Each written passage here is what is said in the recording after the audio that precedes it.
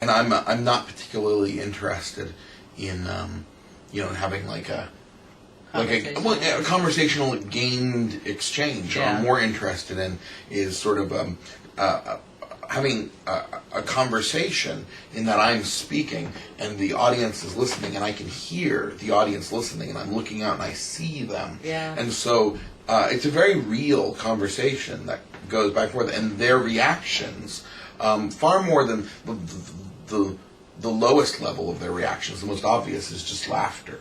But there's many other, like you can just feel the full spectrum of their responses, and it does affect the performance greatly. But in terms of like actually picking them out and addressing them, what happens whenever you do that is you've divided, like what you want to do is unite the audience. So if you pick someone out, you've immediately started to cut the audience into pieces. I actually had to do that on the opening night here of Monopoly, because I had an audience member who, Monopoly is about many things. One of the things it's about is Walmart.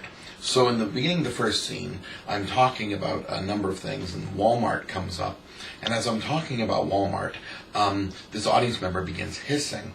And they hiss, and I can hear them further. They're like, "Sss, sss," and then it becomes clear that they're never going to stop. That they're going to hiss continuously forever anytime I come back to Walmart, which is often in the show. And you can understand what's going on here, because the hissing is an interesting exchange. The person is hissing because they want me and the audience to know that they don't like Walmart. Right. They're not actually trying to communicate something about anything. They're hissing so we know that they are a good person. Exactly. But I'm actually doing the show. The show is not actually intended to be like a straightforward indictment of Walmart. It's actually a lot about, like, why do we like Walmart? And it's because it fulfills things we want. Like, we want our things to be as cheap as possible. And why wouldn't we want them to be as cheap as possible? That's very logical, but how do you square your needs with what you want to have happen in your community? It's more complicated than this hissing person. So I actually, in the mid-sentence, I just turned my head and I was talking about it, and I said, "Don't do that." And apparently I said it more harshly than I just did now. And that was it. They stopped hissing. So there are little things like that that happen occasionally, but for the most part, the format of one person speaking and there's an audience is it's a very primal format. In a lot of ways, it's more primal than what we think of as theater, right? Because like anyone on the campaign trail, you give a speech to a crowd. That's that same preacher speaking to a congregation. There's something about like one person who's speaking mediated thoughts that are chosen, but they're weaving them in front of a group, and their job is to sort of take the group and unify them together and bring them to a place they couldn't have gotten to on their own. It feels like a more primal process than most of what we think of as traditional theater. Do you like Eddie Izzard's work? I do, very much. Because the way you describe what you do seems the closest that I could say, if there's anybody that I've ever seen, that would be Eddie's stuff. It draws from so many incredible facets. He's such a great performer. He is really fantastic. We've been introduced, and he's really fascinating, both in his work and then when he's not performing as well. And I think that speaks to something. I think there's an honesty in his work. And I think most people's work, most artists, they find fullest expression when they are fully themselves. So it's not a case where they're pretending to be someone else. They're fully inhabiting themselves. In my work, there's no script, and so people often ask, like, well, what is the difference between talking to you here, with a few people, and when you're on stage, is there a character? And the truth is, the best explanation I've come up with is that there is no character as much as I can make sure there isn't one. But instead, when I'm on stage, it's me, but it's me talking to 300 people, which is inherently different than me talking to one person. But other than that one shift in focus, I try to be the same person that I am in life as I am on stage. And the more I can do that, the better it goes. You strike me as the kind of performer that Andy Kaufman comes to mind as well. That you don't care what kind of reaction you get. Andy was perfectly happy with an enraged member of the audience. He'd rather have that maybe than someone who thought he was funny. And is that true with you as well? To some degree, you know, I don't know if I'm as good at being separated from that as Andy Kaufman was. I wish I was.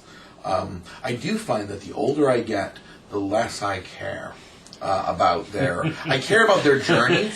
I care about a bunch of things. I care about their journey. I care that I'm taking them through an experience. I care that I can feel the audience unifying. And there are times, you know, something's gone wrong, things aren't quite right, where it can be hard to unify an audience. I care about all those things. But in terms of like actually caring in sort of a visceral way about whether they had a good time, that I care less and less about over the years. And it's good. The less I care about that, the better things seem to go. Because when you start caring about it too much, you pander. You know, you're like, I hope you like me. And it's not attractive. It's not good for telling the truth. Well, Dave and I often have really horrible shows in which we both agree we just bombed. And then we go back and listen to the tape, and it's not as bad as we thought. Can you tell right on stage how it's going, or do you actually sometimes watch tape and go, oh God, that was not nearly as bad as I thought, or it was actually better than you thought it was? A little of each in that I think over the years I've gotten better at telling how things actually are as they're going, because it's so important to adjust as I'm going. But at the same time, I definitely don't always have a sense of what it actually was like. And because it's a theatrical event, there's very little to refer to afterwards that can actually capture what it was that was going on. So you don't tape the monologues? We record them sort of for archival purposes. Yeah. But I very rarely ever listen to them, because kind of like a stand-up performing into a mirror, it makes me self-conscious. Well, you might run the risk of getting in your own way then. Yeah, it becomes strange. What I do have is that I collaborate with my director and wife. We work together. Yeah. And so she listens. She's in the house for most performances, and then we do notes together where we work through, you know, what happened in a given performance. And so her perspective really helps a great deal in terms of like whether things are working, or she'll be like, no, it's not working. And you're okay with that? Because Jerry Seinfeld said he really hated taking feedback from his wife because she's so good, and he knew that when she gave him a stinger, he deserved it, you know? Oh, it's painful at times. It's very painful.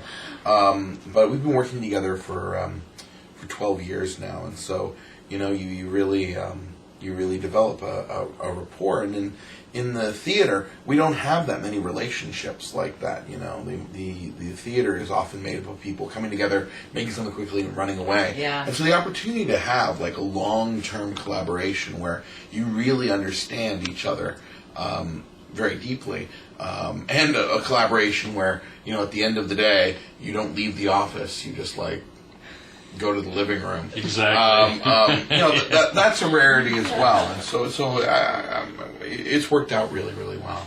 Well, Mike, thanks a lot, man. It was great to talk to you. Thanks. I can't wait to see the show. Rare insight, a real pleasure. Oh, Yeah, thank you so totally. much for For having me. being so honest and upfront.